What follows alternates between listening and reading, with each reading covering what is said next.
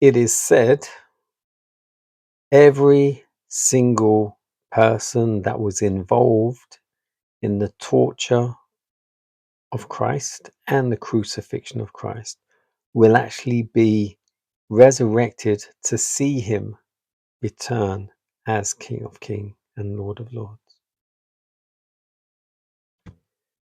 Good morning, good afternoon, good evening, good night, good day to you, depending where you are in the world.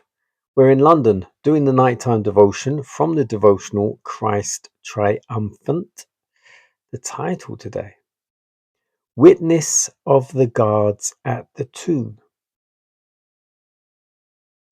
Matthew 28 verse 4. And for fear of him the keepers did shake and became as dead men.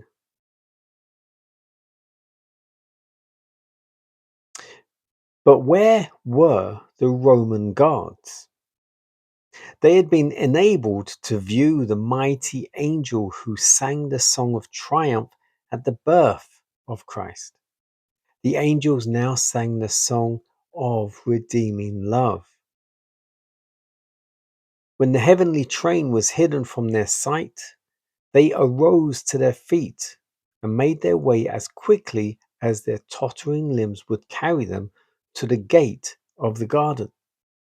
As they came up staggering like blind or drunken men, their faces pale as the dead, they told those they met of the wonderful scenes they had witnessed. Messengers preceded them quickly to the chief priests and the rulers, sent word for them to be brought into their presence.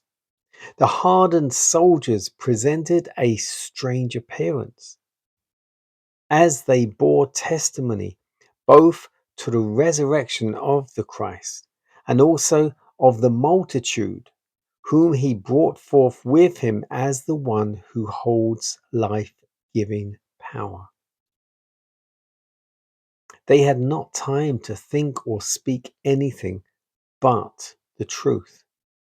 They thought their story would at once commend itself to the supposedly righteous men who had employed them. But the rulers were not pleased by the report. The soldiers were bribed to report a falsehood, and the priests guaranteed that if the matter came to Pilate's ears, as it most assuredly would, they would be responsible for the actions of the soldiers. They bribed Pilate to silence. They did more. By special messengers, they sent the report that they had prepared to every part of the country. Many had believed on Jesus as they saw the terrible sights that took place. They remembered the voice that was heard at the foot of the cross amid the noise and confusion. When the centurion and they that were with him, watching Jesus, saw the earthquake and those things that were done, they feared greatly, saying, Truly, this was the Son of God. All eyes were turned to the place from whence came the voice. Who had spoken? It was the centurion and the Roman soldiers, heathen idolaters. What so enlightened and convinced these men that they could not refrain from convincing their faith in Jesus? It was the sermon that was given in every action of Christ and in his silence under cruel abuse. In that lacerated, bruised, broken body hanging on that cross, the centurion recognized the form of the Son of God.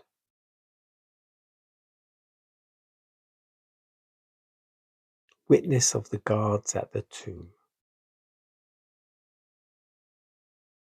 The guards who witnessed the resurrection of Jesus, the angel came down. They were so dumbstruck. They were like blind, drunken men. And as soon as everything had happened, they were so dumbstruck that they could not even think to fabricate a story to save themselves, if nothing else. But it was the chief rulers and the priests that had to fabricate the story and tell them to fabricate the story. And they spread that far and wide, even to Pilate, because they didn't want everyone to know and understand what Jesus said would happen had happened exactly as he said it would. They didn't want everyone to know he did resurrect. He is alive again. He is the King of Kings, Lord of Lords. Of course, they didn't believe in the devil and everything, but why would they? They're so wrapped up with themselves, their position in society, their status, power, control, which can't be same with the same of the people in this world now in power and control, because they know the devil is real. They are controlled. Most of them have met him, depending how high they are, of course. And for fear of their own lives, they're just following the same thing they're having to do now, because they know if they step away, they will die. As you see, most of these celebrities, singers, actors, whoever, whatever, they get killed because they are now stepping away from the agreement they have made with the enemy. And this is basically a similar thing all the way back then. But we have a lot more information, a lot more proof of what is real now than they did back then. Jesus went through everything he went through. I think as one man, he went through far, far, far more than any other person ever in history.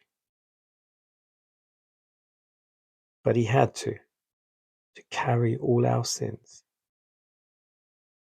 and to give us his righteousness.